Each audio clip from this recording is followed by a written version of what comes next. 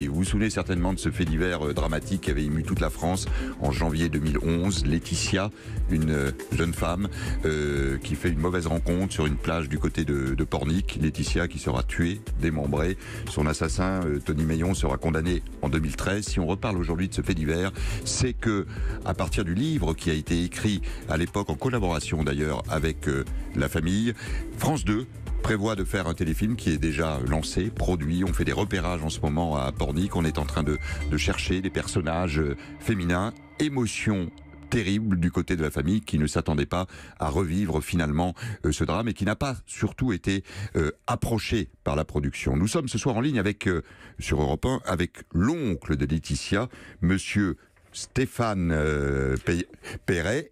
Bonsoir monsieur Perret. Bonsoir monsieur.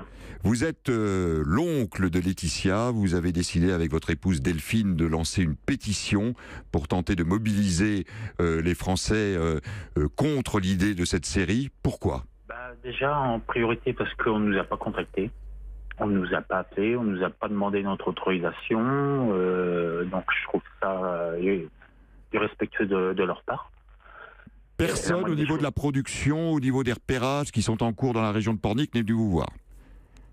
Personne. On ne nous a pas appelés, on ne nous a pas envoyé de mail, on ne nous a pas envoyé de courrier, rien du tout. Comment vous avez appris qu'une série était en train de se préparer ?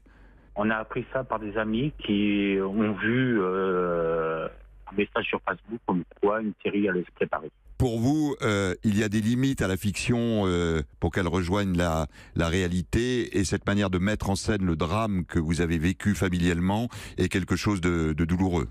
Oui, tout à fait, c'est douloureux parce que on a passé quand même quelques temps dans les tribunaux. La première fois au tribunal, après il y a eu un appel qui a été arrêté pour des grèves. Après il a fallu revenir à Rennes pour l'appel. Et donc, on a réussi à obtenir ce qu'on voulait. Donc, on s'est dit qu'ailleurs, on allait tourner cette page-là judiciaire.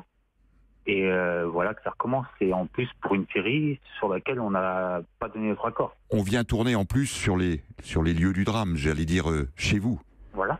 Oui, chez nous, oui, bien sûr, oui. Oui, à la Bernerie, et certainement ils vont repasser des photos et de toutes les marches qu'on a pu faire. Et donc, c'est remettre ça en mémoire toutes les douleurs qu'on a pu subir, et nous on s'était dit que voilà, hier l'affaire judiciaire est passée, on a eu ce qu'on voulait, donc on va essayer de reconstruire notre vie autour de la famille, et là c'est revenir sur ça, quoi. Et Jessica, la sœur jumelle de Laetitia, vous en a parlé, j'imagine, de cette série. Oui.